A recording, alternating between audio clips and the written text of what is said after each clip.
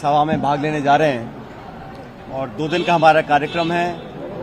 आप सब जानते हैं कि लोकसभा के चुनाव बहुत निकट हैं और आने वाले लोकसभा चुनावों के लिए पूरा संगठन, पूरी पार्टी, सभी नेता कार्यकर्ता तैयार हैं।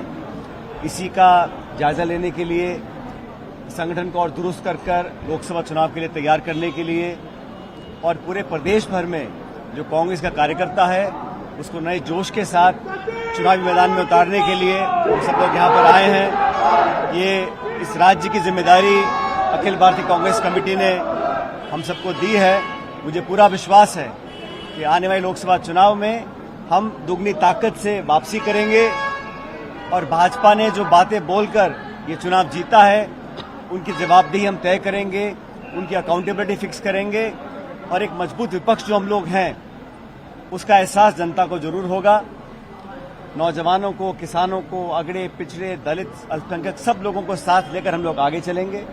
मुझे पूरा विश्वास है कि आने वाले लोकसभा चुनाव के अंदर अभूतपूर्व परिणाम हम लोग लेकर आएंगे।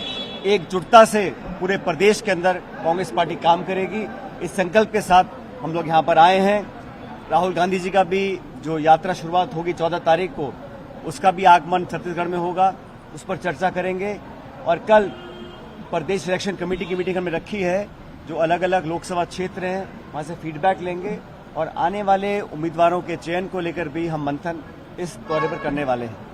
आपके इस दौरे से पहले बीजेपी के नेता कह रहे हैं कि आपने राजस्थान में कांग्रेस का फाइट जो है क्रैश किया, छत्तीसगढ़ में भी यही होगा। भारतीय जनता पार्टी का जो प्रोपेगेंडा मशीन है उसको मुझसे अच्छा कोई नहीं जानता है और हम जानते हैं कि प्रदेश में, राजस्थान में जिन्होंने काम करे हैं, लेकिन छत्तीसगढ़ में जो सरकार बनी है, जो वादे किए थे और जो घोषणा की थी उस पर कितना अमल हुआ हम सब जानते हैं। भाजपा का केंद्र का शासन 10 साल का हो गया है। इन 10 सालों में आज किसान, गरीब, नौजवान हर वर्ग पीड़ित है।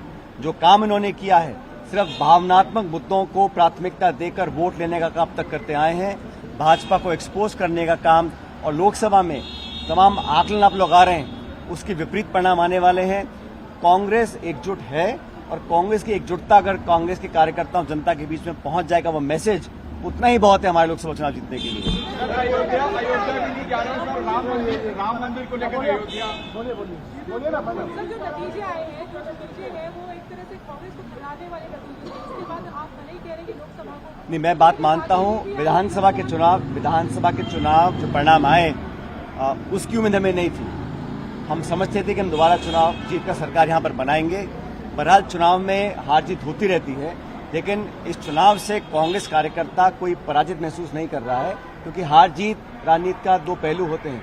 लेकिन हम लोगों को जो सिद्धांतवाद राजनीति हमें करनी है, जो लोगों का संरक्षण को करना है, और छत्तीसगढ़ में मैं मानता हूं कि यहां पर हर गांव, हर ढाणी, हर शहर, हर कस्बे में कांग्रेस का कार्यकर्ता झंडा मौजूद है।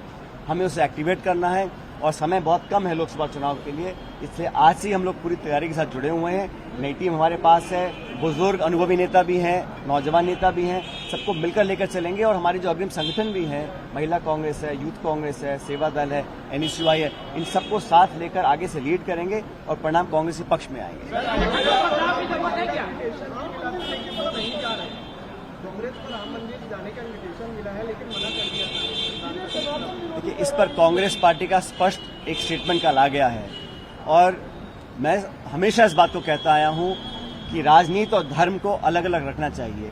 ये बात भी सही है कि धर्म के आड़ में अगर राजनीति हो रही है उसको कोई स्वीकार नहीं करेगा। हम चर्चा करना चाहते हैं मुद्दों पर, जनता के मुद्दों के ऊपर, विकास के, आर्थिक उद्योग के, निवेश के, शिक्षा, चिकित्सा, उद्योग, रोजगार, इस पर चर्चा करने को भाजपा तैयार नहीं है। भावनात्मक मुद्दों की आड़ में राजनीतिक वोट लेना ये भाजपा की परंपरा रही है। और जहां तक मंदिर में जाने का सवाल है, ये आस्था का विषय है, कोई कभी भी जा सकता है। मुझे कब तिरुपति जाना है, कब वैष्णो देवी जाना है, कब अयोध्या जाना है, मेरे मन की बात है। जब मेरा मन करेगा मैं जाऊंगा। लेकिन इस प्रकार का जो पॉलिटिसाइजेशन हो रहा है उसको कांग्रेस पार्टी ने गलत माना है।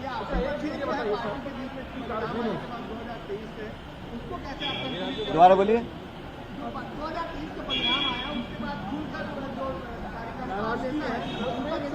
देखिए, जब चुनाव संपन्न होते हैं और जब हार होती है तो स्वाभाविक है कि कार्यकर्ताओं के मन में ठेस होता है। सभी कार्यकर्ता नेता चाहते हैं सरकार बने, अब नहीं बन पाई है तो कहीं थोड़ा बहुत मनमुटाव होता है, लेकिन प्रदेश अध्यक्ष जी ने, हमारे नेता प्रतिपक्ष ने सबसे चर्चाएं करी हैं। अब सारी बातें बुलाकर हमें आगे की ओर देखना है।